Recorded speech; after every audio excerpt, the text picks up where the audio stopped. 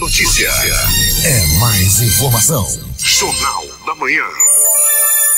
6h03 em Manaus. Informações de Manacapuru. José Alberto Zegdeg. Muito bem, Paulo Guerra, nos últimos dias temos recebido muitas reclamações quanto à situação dos ramais de acesso às comunidades mais próximas da sede do município. Dentre os mais críticos estão os de Arapapá e da comunidade do Calado. As chuvas que têm caído nos últimos dias dificultam o tráfego de veículos e, consequentemente, o escoamento de produtos.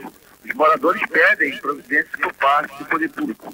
Na última entrevista que fizemos com o governador José Melo, ele falou sobre a questão dos ramais, em especial os mais produtivos, os quais ele dará prioridade para asfaltamento. O que o nosso governo vai fazer é fazer a seletiva daqueles ramais onde tem forte atividade produtiva. E esses nós vamos entrar para asfaltar. E aqueles outros vamos entrar para fazer aquele trabalho de sarramento. De uma forma ou de outra a gente vai entrar para arrumar. Agora, não é coisa para amanhã, é porque o inverno chegou e não dá para você meter máquina. Vamos dar uma arrumada ali no ramal do Arapapá. Eu quero inclusive ir lá, preciso dar uma conversada com aqueles moradores, porque no traçado que está aquele ramal do Arapapá, na próxima enchente, uns 20% dele já vai. Eu queria ver se eu conversava com a população, para ver se a gente já faz um traçado por trás das casas ali.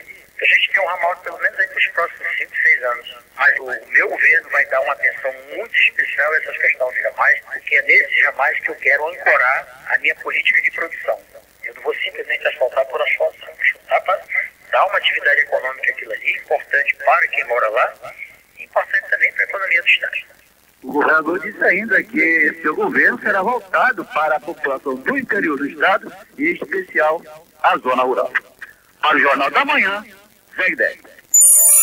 6h05. A Defesa Civil do Amazonas realiza logo mais às 10 horas no Sistema de Proteção da Amazônia, o CIPAM, a segunda Câmara Técnica sobre a enchente 2015. Na ocasião, órgãos como o Corpo de Bombeiros Militar do Amazonas, Secretaria de Estado de Saúde, Secretaria de Estado de Produção Rural, Secretaria de Desenvolvimento Sustentável, de Estado da Educação, além de Exército, Marinha e Aeronáutica, vão expor como cada pasta poderá contribuir com ações em prol do socorro às famílias afetadas no estado. O CIPAM irá apresentar também um prognóstico da cheia. O julgamento do mandado de segurança de 5 delegados da Polícia Civil, contrato do governo do estado que revogou a convocação deles em concurso público, vai ficar para o mês que vem. O processo entraria na pauta da próxima terça-feira do Tribunal de Justiça do Amazonas, mas será um julgamento adiado pela ausência do relator desembargador João Simões, que entrou de férias. O julgamento desse mandato já foi adiado por 3 vezes em menos de um mês. Com 1.040 processos pendentes para julgamento, o Tribunal Regional Eleitoral do Amazonas é o terceiro entre os tribunais regionais eleitorais da região norte e o 12º entre os 27 tribunais do país, com maior número de processos pendentes para julgamento, segundo dados do Tribunal Superior Eleitoral. De acordo com dados disponibilizados no relatório da tramitação processual dos tribunais disponibilizado pelo TSE, o TRE-AM está atrás do norte apenas dos tribunais de Rondônia, que tem 1.200 processos à espera de julgamento, e do estado do Paraná com 1.100 processos pendentes até a última sexta-feira. Nacionalmente, o TRE do Amazonas está atrás dos tribunais do Rio de Janeiro com 3,2 mil processos pendentes, de São Paulo com 3.100 a serem julgados, de Minas Gerais e da Bahia com respectivamente 1.800 e 1.500 ações à espera de análise, e dos tribunais dos estados do Paraná e Goiás, que tem cerca de 1.200 processos para julgar. O Tribunal de Justiça do Amazonas negou recurso ao deputado Belarme Nunes do PMDB contra a decisão que determinou preventivamente o bloqueio de R$138 mil do seu patrimônio em uma ação civil pública que o parlamentar responde por prática de improbidade administrativa quando foi presidente da Assembleia Legislativa. Belarmino é acusado de nepotismo e de usar recursos públicos para pagar passagens em viagens de férias para familiares dele que não trabalhavam na Assembleia Legislativa. Os desembargadores seguiram parecer do Ministério Público do Estado de que o nepotismo já era proibido antes de 2008, quando foi criado lei específica. E atenção, Começam hoje as inscrições para o concurso público para preenchimento de 320 vagas de nível médio e superior na Secretaria de Segurança Pública do Amazonas. O edital do certame está disponível no site da Fundação Getúlio Vargas FGV. As inscrições serão aceitas até o dia 12 de março, com provas previstas para o dia 26 de abril e resultado até o início do segundo semestre deste ano. Das 320 vagas, 20 são para o cargo de técnico de nível superior, com salário de R$ 1.285,90, mais gratificação de R$ 1.478,78 e 300 para o cargo de assistente operacional para candidatos com nível médio, com salário de R$ 771,54, mais gratificação de R$ 578,65. Ambos os cargos terão carga horária de 30 horas semanais. No total de vagas, 32 são para candidatos com deficiência. O valor das taxas de inscrição. Para o nível médio, a taxa de inscrição é de R$ 45,00 e para o nível superior, de R$ 50,00. 6:09. Os municípios do Amazonas receberão até o final deste ano 2,4 bilhões em transferências constitucionais, segundo dados do Sistema Integrado de Administração Financeira SIAF do Governo Federal. Este valor da estimativa é que 57,91% sejam repassados por meio do Fundo de Manutenção e Desenvolvimento da Educação Básica e de Valorização dos Profissionais da Educação Fundeb, calculado a partir do número de estudantes matriculados na Educação Básica, e 42,01% sejam transferidos por meio do Fundo de Participação dos municípios UFPM. Em janeiro e fevereiro deste ano, os municípios do Amazonas receberão 402,2 milhões da União em transferências constitucionais. Os dados atualizados mensalmente estão disponíveis para consulta pública no portal do SIAF do Governo Federal. Deste valor, 230,6 milhões de reais foram repassados aos municípios em janeiro e 171,5 milhões foram transferidos em fevereiro deste ano. De acordo com os dados disponibilizados pelo SIAF, nos 2 meses, Manaus recebeu 136,6 milhões, sendo, entre outros, 50,3 milhões do FPM e 86,2 milhões do Fundeb. Entre os municípios do interior do estado, os maiores repasses por meio das transferências constitucionais foram para Parintins, que recebeu 12,3 milhões, Itacoatiara, com 11,6 milhões transferidos, e Equari, que recebeu 9,592 milhões de reais nos últimos 2 meses. Os valores repassados às prefeituras, que sempre alegam que estão de pires na mão, segundo os dados do SIAF, 80% foram de recursos do FPM e do Fundeb. A estimativa de valores repassados aos municípios por meio das transferências constitucionais é 4,87% menor do que os 2,5 milhões recebidos em 2014, segundo dados do SIAF. Dos 2,5 bilhões repassados ao Amazonas em 2014, 874,5 milhões foram destinados a Manaus e 1,662 bilhões aos municípios do interior do estado. Pelo menos 9 dos 62 municípios do Amazonas têm alto nível de problemas relacionados à incidência de crack, a droga ilícita que, segundo os especialistas, mata 1 em cada 3 usuários, em média, após 5 anos de uso contínuo. O estudo foi feito pelo Observatório do Crack, pela organização não governamental ONG, que reúne pesquisadores da Confederação Nacional dos Municípios, com base em dados do Sistema Integrado de Administração Financeira para Estados e Municípios. Os municípios com alto nível de problemas são uma população de aproximadamente 300 mil pessoas, algo em torno de 10% da população do Amazonas. Atalaia do Norte, Calauari, Tefé, Quari, Lábrea, Novo Aripuanã, Careiro da Várzea, Fonte Boa e Alvarães. De acordo com a pesquisa, 48 municípios têm circulação da droga. O governador José Melo destacou que a campanha da Fraternidade 2015 da Igreja Católica, com o tema Igreja e Sociedade, Eu Vim para Servir, é uma oportunidade para a conjugação de esforços no sentido de ampliar as ações sociais do governo. Ele participou do lançamento da campanha nesta quarta-feira, dia 18, na Igreja Matriz Nossa Senhora da Conceição. A cerimônia que marca o início da quaresma para os cristãos foi comandada pelo arcebispo Dom Sérgio Eduardo Castriani e contou com representantes de diversos setores da sociedade civil e de outras instituições religiosas. José Melo, que também participou do rito do Lava-Pés da Matriz, diz que o tema da campanha campanha da fraternidade desse ano vai ao encontro da forma como o governo do estado pretende trabalhar a prestação de serviços públicos à população. Segundo o governador, a participação da sociedade, assim como de instituições religiosas, é fundamental para que bons objetivos sejam alcançados. A união entre governo, igrejas e população, acredito que nós vamos conseguir vencer os desafios existentes em nossa sociedade, frisou. Durante a cerimônia na Igreja Matriz, organizações não governamentais recolheram assinaturas para um abaixo-assinados que será enviado ao Congresso Nacional, pedindo a realização de uma reforma política no Brasil. O governador assinou o pedido da reforma e falou sobre a necessidade de mudança do sistema político brasileiro. A reforma política é imperiosa, porque no formato que temos hoje se permite que sejam cometidos deslizes que não são sadios para a sociedade. Por isso eu sou totalmente favorável que aconteça a reforma, porque só dessa forma nós vamos conseguir construir um país melhor para as próximas gerações, disse. Durante a celebração, Dom Sérgio Eduardo Castriani falou sobre a importância do início da quaresma para os cristãos e ressaltou que o período deve servir como um momento de reflexão e melhoramento pessoal. O serviço é o critério de convivência entre cristãos, destacou o arcebispo. 6h30 em Manaus. Os números das loterias. A Quina no concurso 3.717 acumulou. Estimativa para hoje de prêmio R$2.145.921. Dezenas sorteadas. 30. 37. 38. 52. E 55. Repetindo.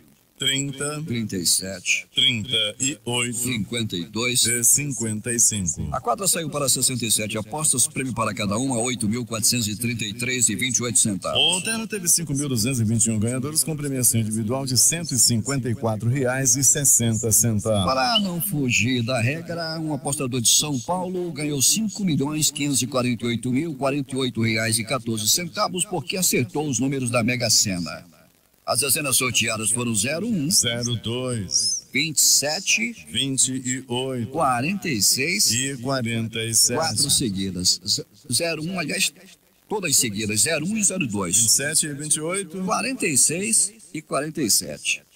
A Quina saiu para 35 ganhadores, R$33.297,02 é o prêmio. A quadra da Mega Sena teve 3.289 ganhadores com premiação de R$506,18. A Lotomania no concurso 1531 acumulou dezenas sorteadas 13, 14, 15, 25, 26, 27, 35, 39, 50, 51, 52, 61, 65, 69, 70, 72, 75, 77 92 e 94. 19 acertos, 8 ganhadores. R$19.309 é o prêmio.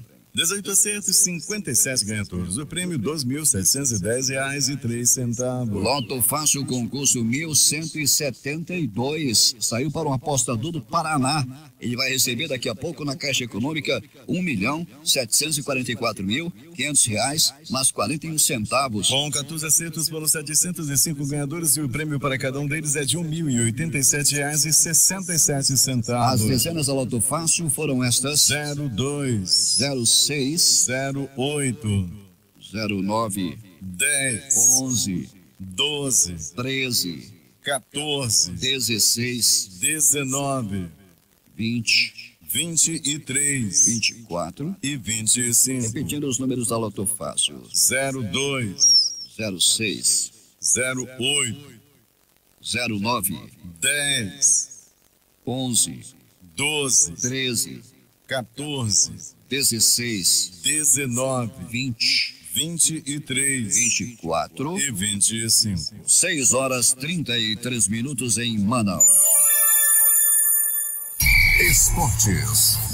Placar dos jogos de ontem no Brasil e no futebol internacional. Vamos começar pela Copa do Nordeste. Vitória 2, América de Natal 1. Salgueiro 3, Motoclube do Maranhão 0. Confiança de Sergipe 1, Serra da Bahia também 1. Globo do Rio Grande do Norte 1, Bahia 2. River do Piauí 2, Fortaleza também 2. Ontem, pelo Campeonato Carioca, tivemos o Botafogo chegando à liderança após vencer a Friburguense por 3-0. O Volta Redonda bateu o Fluminense pelo placar de 2-1. O Barra Mansa empatou com o Vasco em 1-1. O Nova Iguaçu perdeu para o Bangu 3-2. O Tigres do Brasil perdeu para o Madureira 3-0. O Campeonato Paulista ontem, Mojimirim 2, Penapolense 1. Marília e Audax empataram em 1-1. Português e Rio Claro também empataram, mas em 0-0. Linense e Ponte Preta, outro empate, 2-2. O Red Bull perdeu para o 15 de Piracicaba, 3-2. No Campeonato Gaúcho, o Grêmio se recuperou e venceu o Passo Fundo por 2-0. Avenida e Novo Hamburgo ficaram no 0-0. Aimoré e Cruzeiro também 0-0. O São Paulo Gaúcho venceu o Veranópolis 1-0. União Frederiquense, é bonito o nome desse time. União Frederiquense 1,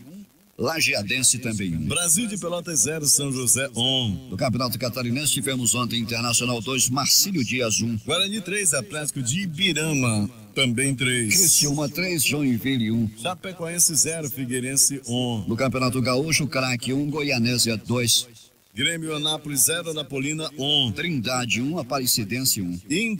Itumbiara 1, Goiás 0. No Campeonato Pernambucano, Santa Cruz venceu o Central por 2-1. Copa Libertadores da América. O Corinthians venceu o São Paulo por 2-0. Colo-Colo do Chile 2, Atlético Mineiro 0. Com direito à falha do goleiro atleticano.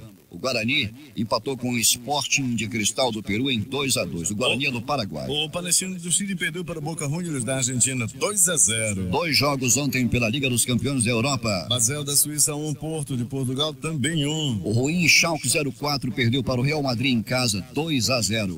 6h35 em Manaus. Ministro da Fazenda admite encolhimento da economia brasileira. Dilma vai percorrer o Brasil para melhorar a imagem de seu governo.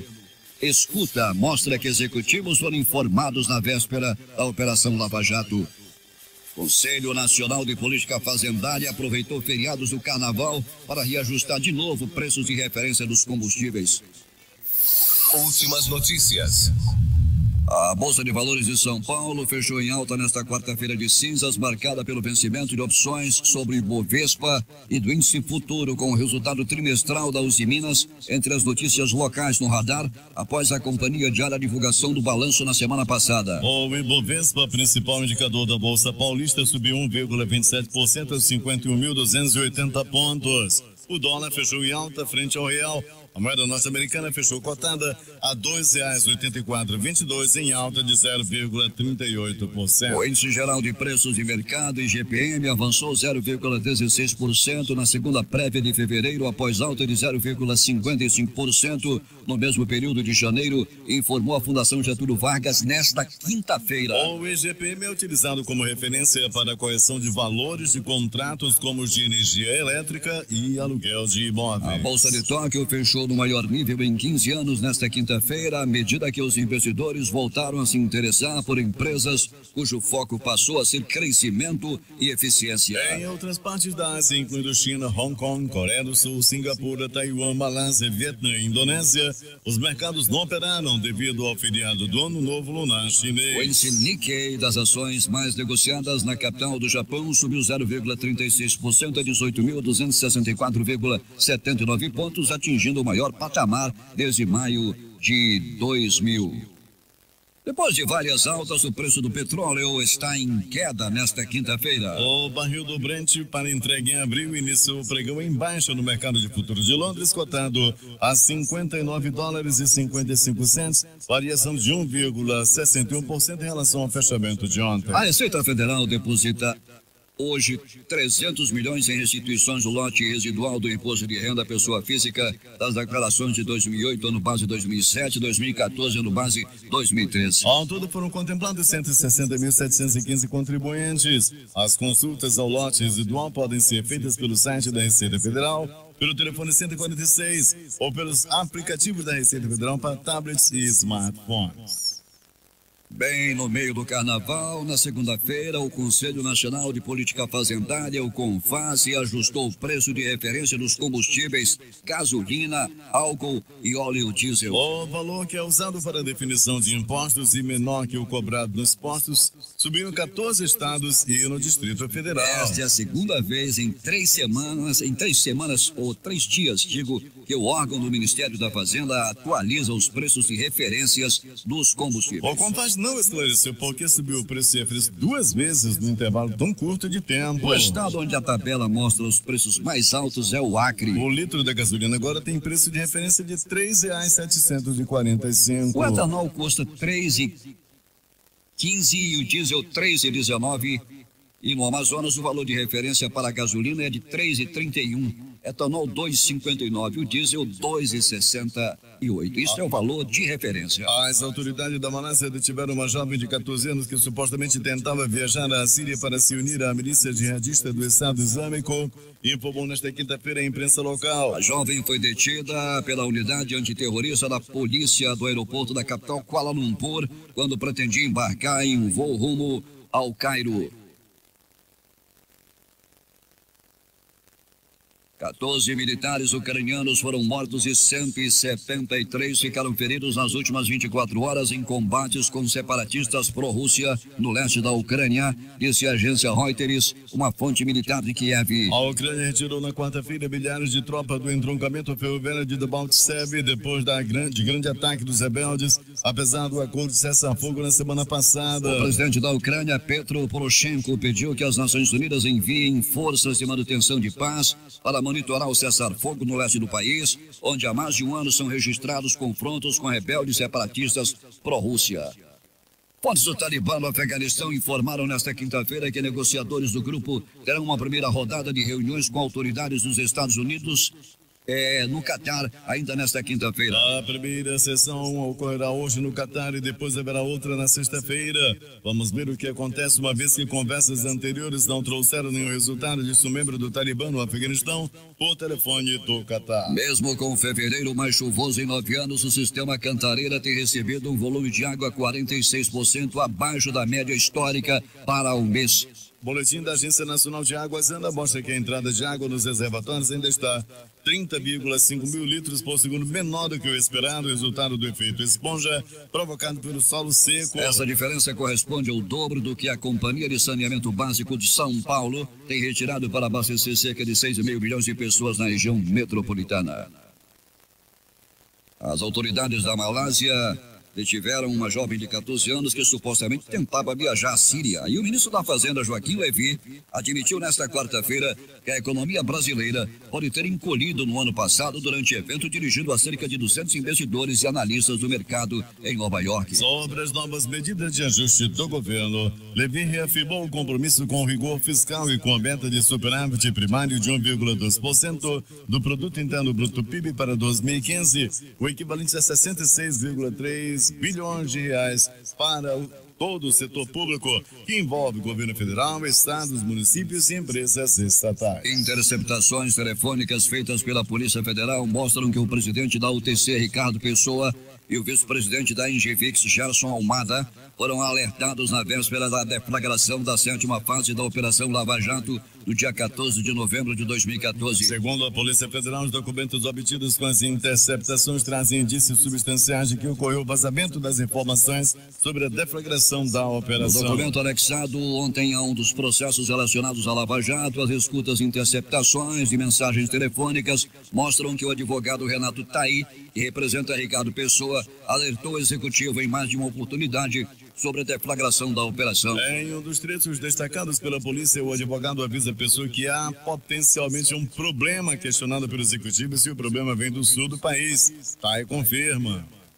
O ministro Luiz Roberto Barroso, do Supremo Tribunal Federal, autorizou ontem que o ex-deputado João Paulo Cunha, condenado a 6 anos e 4 meses de cadeia no julgamento do Mensalão, cumpra o restante da pena em casa. A concessão da progressão de regime do semiaberto para o aberto ocorre após Cunha comprovar o pagamento da multa de R$586 mil de reparação pelos desvios ocorridos da Câmara dos Deputados quando ele presidia a casa entre 2003 e 2005. Com isso, todo o pessoal do PT está fora da cadeia.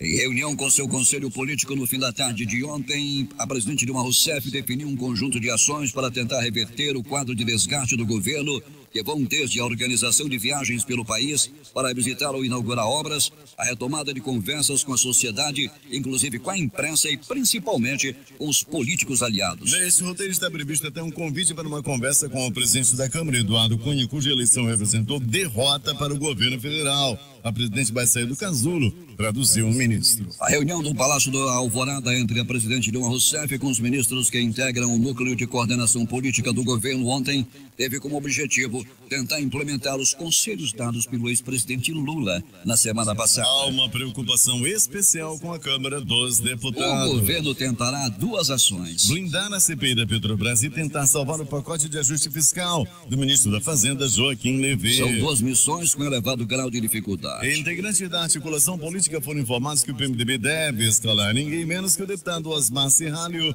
do PMDB do Paraná, para integrar a CPI. Em 2005, Serralho foi o relator da CPI dos Correios que investigou o escândalo do Mensalão. Ele fez um duro relatório sobre o esquema de corrupção. A Procuradoria da Tailândia apresentou nesta quinta-feira uma denúncia contra a ex-primeira-ministra Yingluck Shinawatra por negligência em relação aos prejuízos e casos de corrupção do sistema de subsídios aos produtores de arroz. No mês passado, Yingluck foi inabilitada da política por 5 anos após decisão do parlamento escolhido a dedo pela junta militar que derrubou seu governo e agora pode ser condenada a mais de 10 anos de prisão.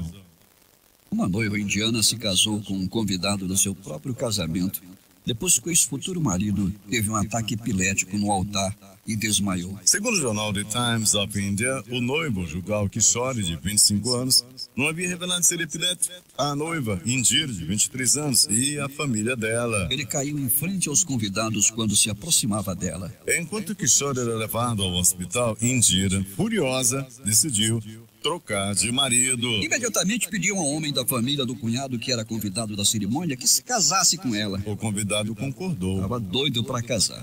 Segundo o jornal, a recusa da noiva em se casar com o pretendente inicial indignou outros presentes na cerimônia que arremessaram talheres e pratos para forçá-la a rever a sua decisão. O incidente ocorreu na cidade de Rampur, no estado de Uttar Pradesh, no norte da Índia. Ao retornar do hospital, Kishore pediu a Indira que mudasse de ideia, argumentando que seria alvo de chacota de amigos e parentes se voltasse para casa sem a noiva, mas ela se recusou e foi para a lua de mel com o convidado do casamento. Os principais jornais do país estão hoje em matérias de capa. A Folha de São Paulo. Dilma atrasa repasses para cursos técnicos. Agora São Paulo. Calcule quanto vai receber quem pedir a aposentadoria ainda neste ano. O estado de São Paulo. Levy diz que vai cumprir meta fiscal sem corte draconiano. No Rio Globo.